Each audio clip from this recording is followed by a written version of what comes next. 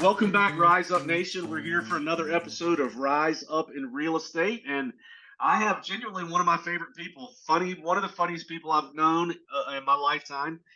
Just a great human being. I would describe him as, in all respect, like as our company cheerleader. I don't know of anyone who's a better advocate, a better fan for what we're trying to do here, and just an all-around genuine great guy. Like, I love him and his wife. We've been good friends for several years now, and I'm excited to let you guys get to know my friend, Richard Singleton. Richard, thanks for coming on the show today. Yeah, it's great to be here. Looking forward to it. Richard is he's like a commercial real estate extraordinaire. So I want to get that out in the open first. So as we talk about real estate a little bit, he's going to come at it from a commercial perspective.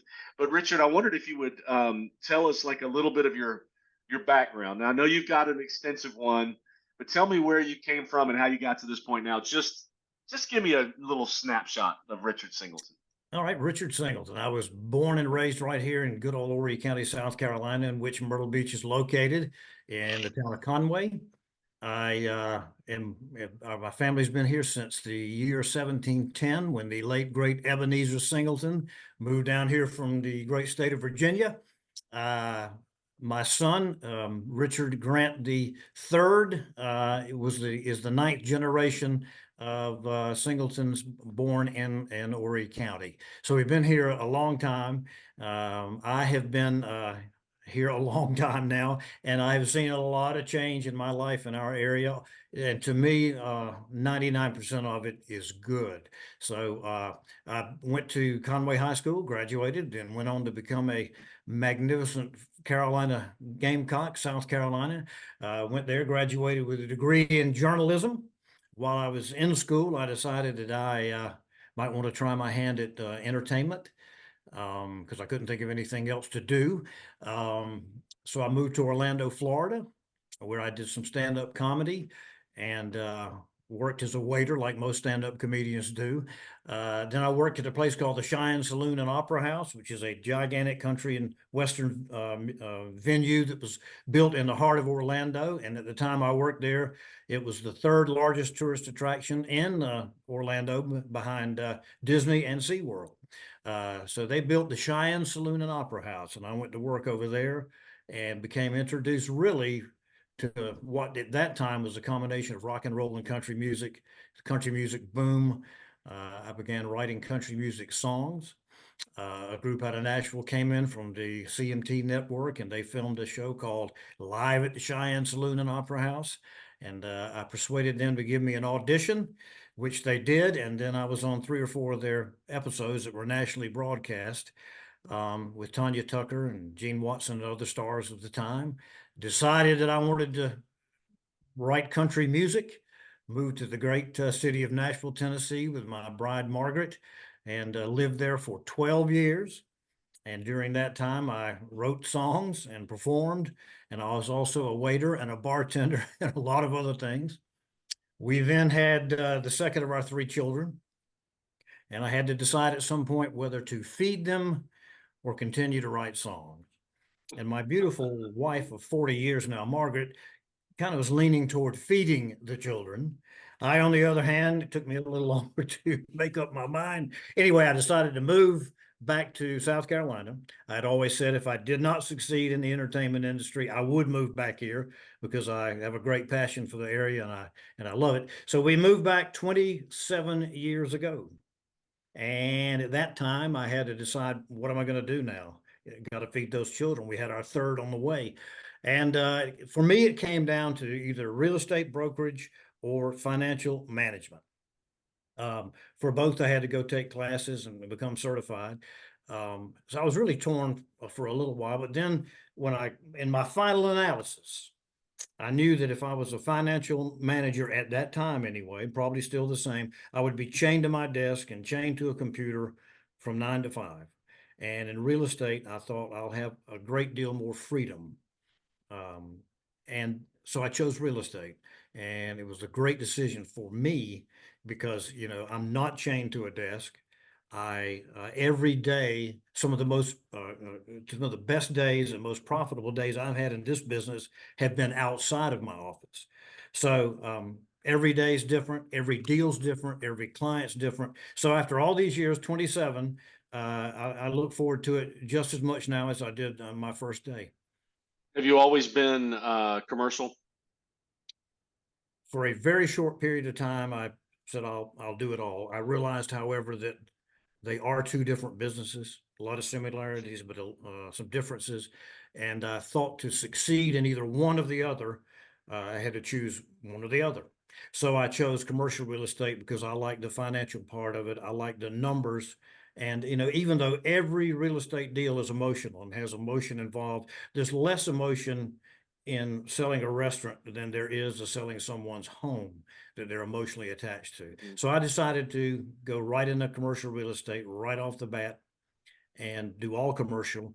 And so I had a tough time feeding those children for a couple of years there, but but it worked out, and Yeah, I've enjoyed it.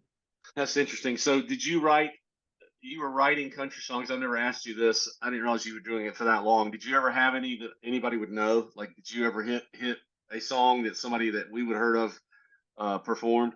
Unfortunately, no, but I would probably still be there if that had been the case. Yeah. But I did get signed by a publishing company, and had some songs pitched to some big people, but just never could quite get that break. But the favorite song I ever wrote was called "Stay Under Me Until I'm Over Her."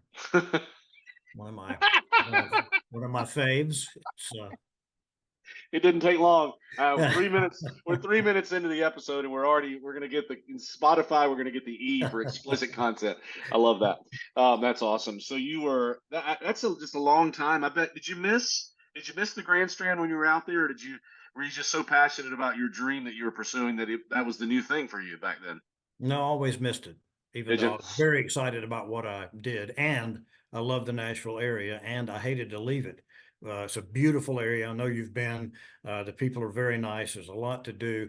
Thoroughly enjoyed living in Nashville, but this is home.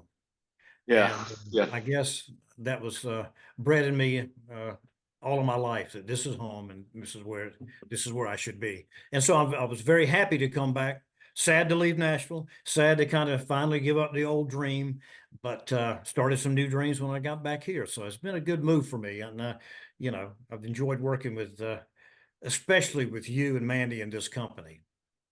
Well, we feel the same way. I mean, I don't. I really what I said earlier. I meant like I don't know of a bigger advocate for us. I don't know what we did to deserve it, but we appreciate it, and you're like a magnet. I mean, it's just a positivity follows you. I was going to ask you though, what what makes you like you seem to have this thirst for life, like you really enjoy it, don't you? I mean, you love life. What makes you that way? Like, do you ever have a bad day, or what would Margaret say if I asked her that? She would say I have a bad night. Um, Yeah. but no, everybody has bad days, but I guess I just like laughter, and I like laughing, and I like humor, and that's kind of what makes me tick. And so I guess sometimes maybe when I'm having a bad day, you might not realize it because I'll still try to be joking around and having a Right. good time. But I do You love life. I'm a very lucky person, lucky to live where I live, lucky to have three fine children, lucky to have a devoted, beautiful wife, lucky to work for the company I work for. So I got every day when I get up, when I think of um, some trials and tribulations that other people have and that I may have tomorrow, I'm a lucky guy, I'm a very lucky guy. when you were out in Nashville, did it ever occur to you that Margaret is way funnier and smarter than you, and you should let her try that dream, or was it all about Richard? I wish she was here to answer that question. No, I think anybody who tries to do what I try to do has a pretty big ego, because you keep telling yourself that I can make it big, I can be one of the stars. So you got to kind of think a lot of yourself, I guess, to try it and to keep trying it. So Yeah. no, she was always extremely supportive of me um, throughout the entire process. Maybe sometimes a little too supportive. Yeah, yeah, I bet that's what a neat story. And I know there was a lot of emotion when when you said, "Hey, that's time to go back," and you've obviously adapted well to It what you're was doing tough, now. I'll tell you, it was tough. And, I didn't go back to Nashville until about, I guess it's been about 2 years ago. Oh wow, And um, when I, when the plane was approaching Nashville, I absolutely and unexpectedly got very emotional. After 20 some odd years, uh, it kind of caught me by surprise. It was kind of unusual. yeah. Well, It made me feel very emotional going back um, to where my dream really was. yeah, you put so much of your heart and soul into that. I can see. Yeah, Do you listen to comedy now? Like, who are your faves now? I listen to everybody. You know, I like just about all comedians. I can't think of too many favorites, but I like them all. Yeah, Um, I've been listening a lot to Nate Bargatze. I can't say his name right, but he is. Some of these guys now they're so smart. And I know if you wrote songs and wrote jokes, it takes just an enormous amount of creativity. Their delivery, the way they study timing. Like if you listen to his older stuff to his newer stuff, he's saying the same jokes, but he's so much more refined. There's a lot of life lessons in the arts like that. well, absolutely, and timing is critical. Like if you ask me what I do for a living, and then ask me what's the hardest thing about it, What do you do for a living, Richard? I'm a comedian. What's the hardest thing Timing. about it? I hope that came through over the recording. That was funny. Oh man. So tell me now about. So here I could talk about that part of your life for a long time. I'm fascinated by it. But here we are in the middle of the real estate, right? You've done this for now 20 something years and been at the top of our market. We're in the coastal region of South Carolina. For those of you who are listening outside of that, um, Myrtle Beach is kind of what we're known as. But you've been doing it for over 20 years here and have a lot of respect, probably at the top of this market commercially for years. Where do you say we're headed? Like no, won't hold you to it, but show me your crystal balls for the next 2 years in commercial real estate. Well, I'll start by saying this. There's always a market and there's always opportunity, even in the challenging times. Um, Two totally different markets between the boom of 2005, 6, and 7, and the crash that came after. But we always find opportunity in any market, and so this market will have some challenges. One still is interest rates, and two, as we have discussed before, commercial real estate normally cycles in 2 to 3 years after residential. Well, residential, as we all know, has had a challenge getting inventory the last several years for a variety of reasons. Well, now it's cycling over into the commercial part of the business. So our main challenge this year will be getting a better source of inventory. There's some stuff out there, but it's not prime stuff. A lot of people are holding on to what they have. They want to see what this economy is going to do. They want to see where interest rates are eventually going. So the challenge will be, we've got buyers lined up. We have a lot of buyers that have moved here from the Northeast. They had commercial property. They are either going to relinquish or have relinquished that property, and they now want to purchase assets in this area now that they've determined that they're here, they like it, this is where they're going to stay. So we've got a lot of cash sitting out there in this market, but they're waiting for the right opportunity. So our challenge is going to be matching those people with the cash and the desire to purchase with a limited amount of inventory. So the main challenge will be getting inventory, especially that has a positive, decent cash flow.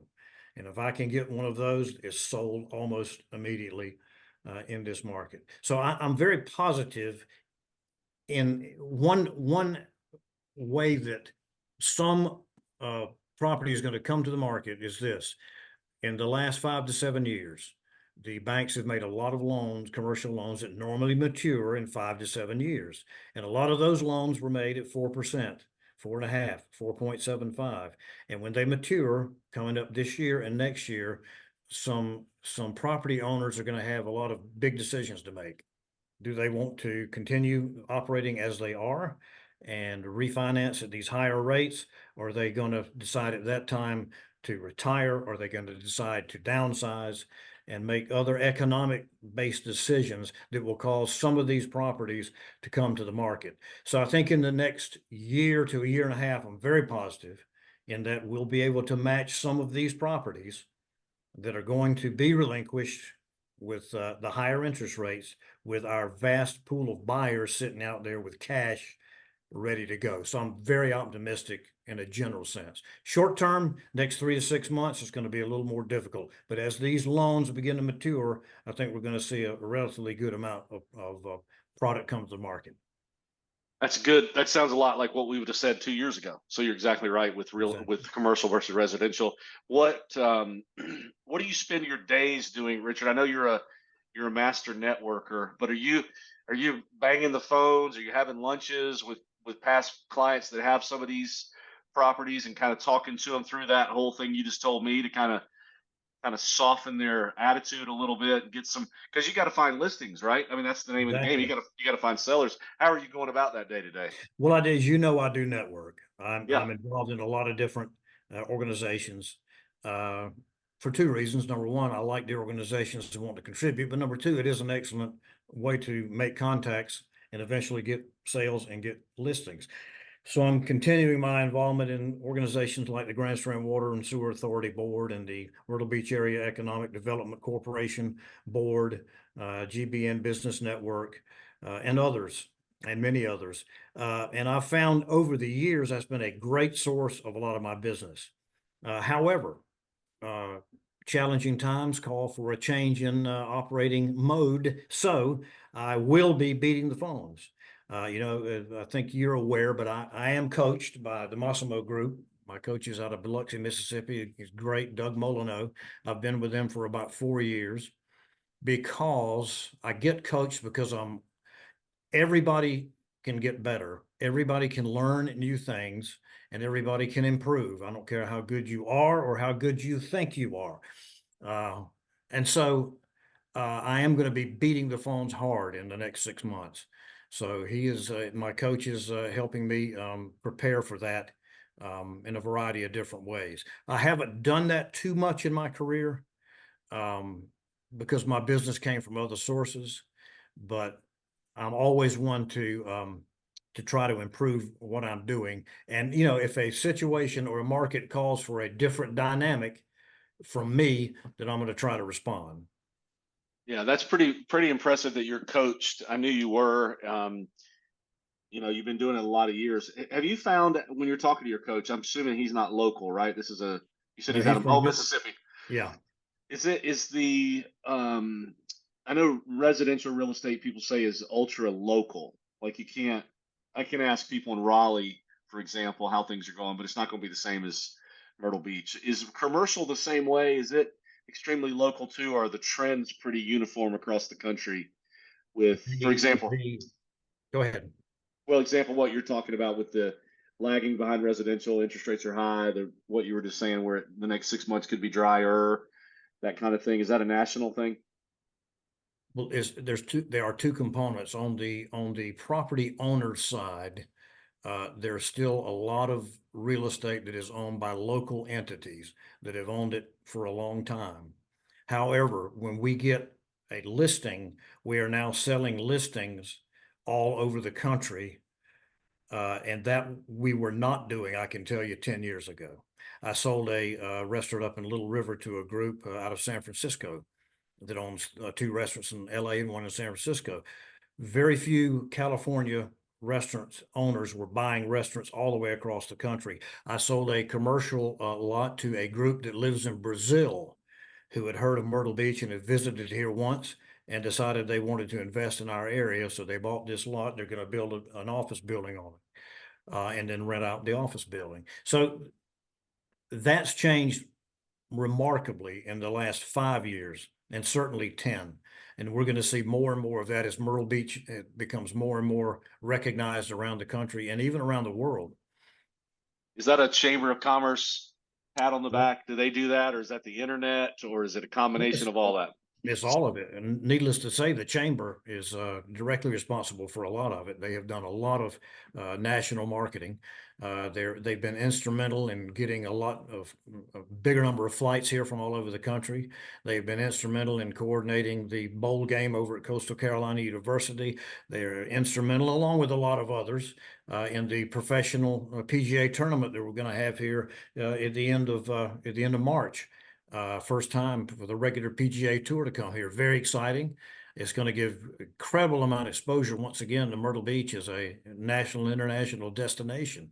You know, being born and raised here, I can remember in, Labor Day, you would turn out the lights, roll up the sidewalks, and go to sleep until Easter. No more. We're now a year-round destination for many, many people, and the permanent population here has exploded. When I was born, there were less than 75,000 people living in the entire county.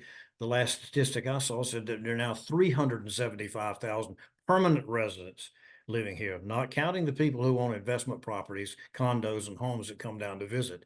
This is our permanent population. And that's going to be also very beneficial for commercial real estate, because as new areas develop residentially, again, 2 or 3 years, 4 years, we come right in behind them with commercial development to support all the new people in the new areas. So I'm very excited and optimistic about the future for our area. Tell me, because I know you are influential in a lot of boards and a lot of conversations that go on a higher level. And I know you share with us quarterly at our meeting some tidbits. But what is the number one thing you're concerned about with our area? The growth, the infrastructure, the flood policies. What are the things that the short-term rental thing? What is the hot button for you from a commercial perspective? The number one issue to me is getting Interstate 75 connected in here. We now, again, have almost 400,000 people. In the event of a catastrophe, we're going to have a lot of trouble getting everybody out of here as we continue to grow. Also, that we are the largest tourist destination on the East Coast of the United States without a direct access to an interstate. So to get people out, it's going to be critical, but to bring new people in, being on the Economic Development Board, we get many companies interested in our area. And one of the first questions many of them ask is, do you have an interstate, a direct access to an interstate? Well, we have to say no, because we do not. And therefore, we're tossed out immediately when they go to look for areas to come to. So, we need economic diversification big time, and an interstate in here will give us that. It'll take a while to do and a while to complete, but I think it's absolutely and totally critical looking beyond the next 5 to 10 to 15 years. Yeah, I agree with you. I think is interstate, is it 73? Interstate 73? Yeah, 73. Did I say 75? 73. Yeah, it's in the 70s, something in the 70s. Yeah, I don't care if they call it 75 as long as they get it in here, right? It doesn't matter. Doesn't matter to me. Good information, Richard. I appreciate that. Tell me, if I were to ask you, and most people hate this question, but you're an entertainer, so you probably wouldn't. What is your superpower? Like, if there was one thing Richard's best at, and I'm not asking Margaret this question. I'm asking Richard this question. What is your superpower in your way of doing business or life in general? My superpower, I would say that it's my ability to connect with a wide variety of people. I like people of all genres, of all races, of all ages. I inherited that from my mom. She was a people person, and I guess I got that, picked up on that from watching her. And I would say that's probably my superpower, if you want to put it that way. I connect. I don't know how, I don't know why, but I just seem to. Yeah, and you seem to genuinely, like, I ask new agents quite frequently, do you really like people? Because sometimes they don't act like they do, but you genuinely seem like you like people. Is that true? Yeah, absolutely. I mean, people are what, we can have our computers, and we can have our phones and our iPads and all of the other technology, and they are essential these days. I have this is actually a computer that we call a phone. I can do every piece of business that I've ever done right here without leaving my house if I want to. But when you boil it all down, it's still a people business. And you will eventually get in front of that client or that prospect or that other agent on the other side of a deal, and you will have to have a conversation.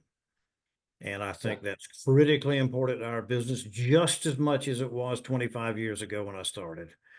Yeah. Just a different way. Like I had a guest on the show not too long ago said that you can use all of that stuff maybe to get in front of more people. But if you don't know how to convert when you are in front of those people or relate, she called it connect. What good is it? All the exposure in the world or all the visibility in the world doesn't amount to much, does it? If you can't It doesn't. have a conversation. If you can't have and I would much rather have a conversation than text or email. There's a place for it. It's very convenient, especially texting once you're involved in a deal or once you have that client procured. It saves you a lot of time, energy, and effort. But in order to get that client or land that prospect or sell that deal, give me people-to-people contact any day. You can read somebody's inflection. You can read a pause in what they're saying. You can hear what they're not saying. Very valuable for me, and I think most realtors. Yeah, I would agree with that. That's excellent. And I would agree with you. You've got the knack ever since the first time I met you, just connecting and seeming concerned and genuine. I like that. And don't mean this the wrong way, but it's not typical for someone who would, you said the entertainment industry tends to draw people that have a very big ego. And yet you are someone with a very big ego isn't very concerned about other people in general. So you've got an interesting combination of those two things. I think it's probably why you're successful, confident, and having fun, but able to connect. I like that. That's a good one. Have you read any? I'm so fascinated by the fact that you're coached. I want to ask you some questions about that, but I'll wait. I'll do that over coffee or something. But what is it? Have you read any books that mattered to you? Like anything that's really made a difference? Are you a reader or a listener? Or tell me about your daily habit. You're pretty much in the news like on a regular basis too. Talk about that. Well, the best book I've read in a long time is called 10 Times is Easier Than 2 Times by Don Sullivan. And the premise of the book is basically this. If you are successful, and let's say just hypothetically, to pick a number, you're making $100,000 a year, and you decided that you want to make $200,000 a year, but you're going to continue to do the exact same thing that you've been doing.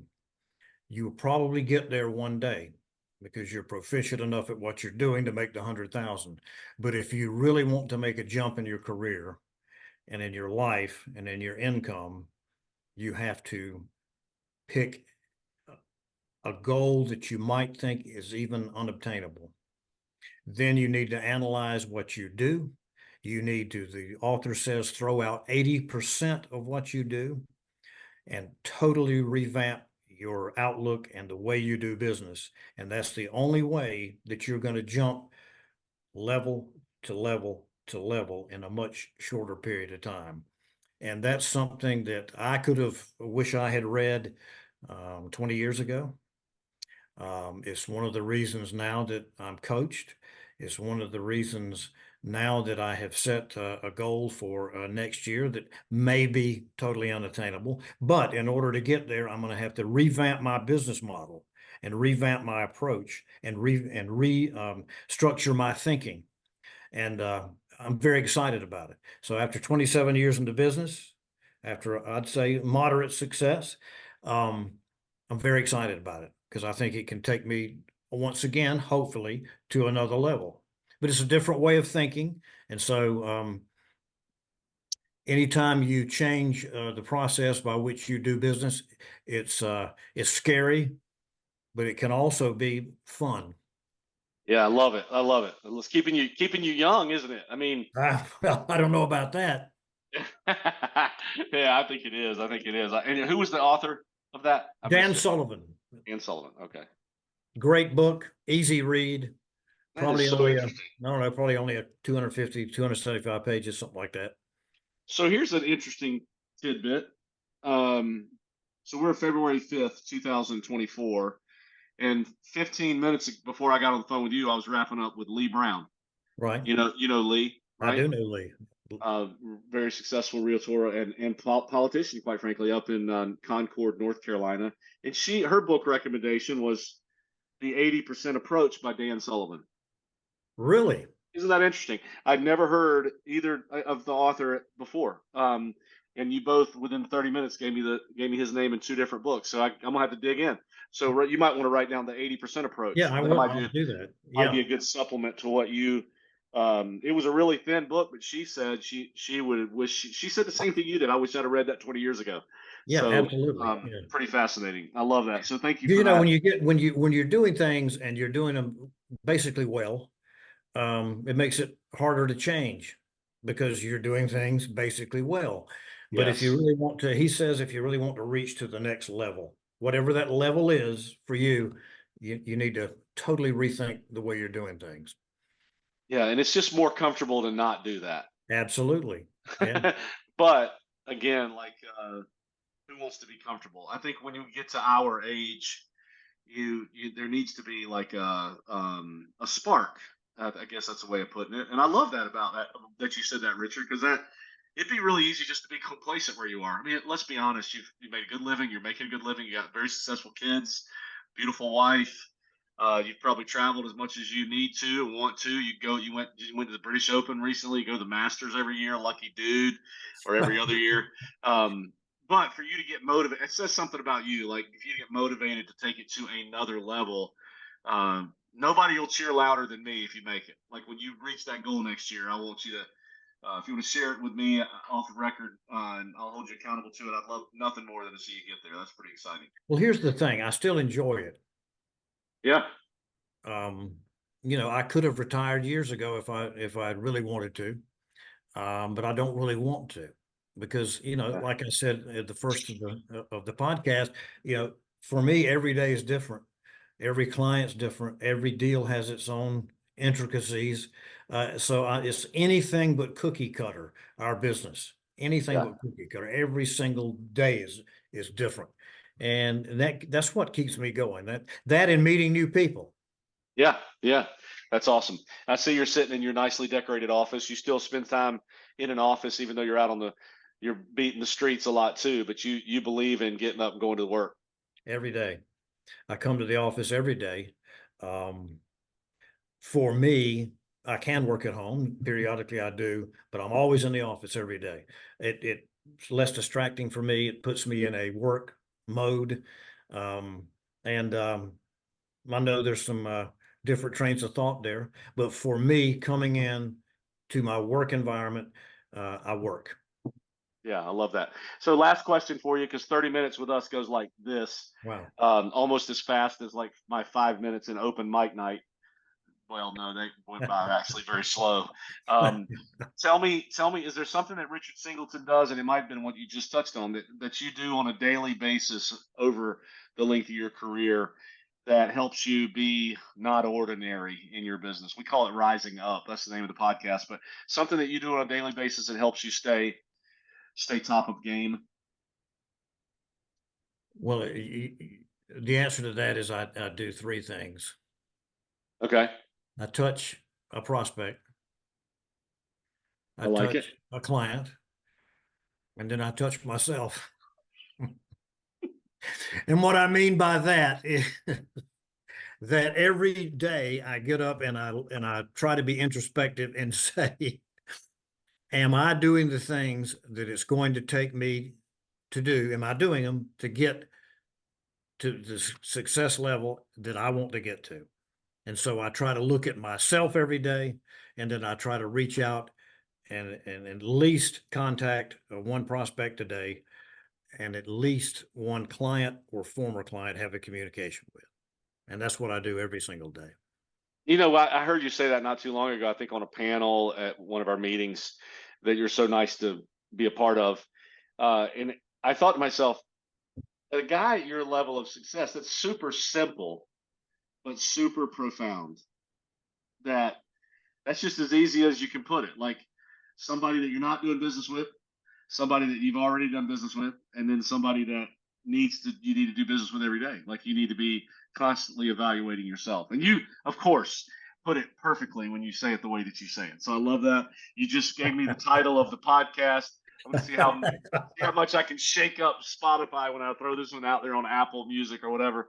But I appreciate you very much. Can you tell us where we can find you? If somebody on the show has been interested in something you've said, what's the best way to connect to you? Is it email? Is it a phone? Is it social media? Well, I guess email, Richard Singleton at remax.net. Okay. Phone number is 843-267-3585. Listen to that. That was old fashioned right there. He gave you an actual phone number. He showed it to you on the show. It's his computer and his phone. Richard, as always, man, I cannot wait to go to Las Vegas with you in about 30 days. I'm so excited to go see what's going on out there. After the Super Bowl, we'll get to go out there and cool it down with the big R4 convention. But you are really one of my favorite people. I appreciate your time today to be on the show. I'm sure people got as much as I did out of it. And I wish you much success and blessings for the rest of 2024. Appreciate Thank you, sir. It was a privilege and a pleasure to be with you.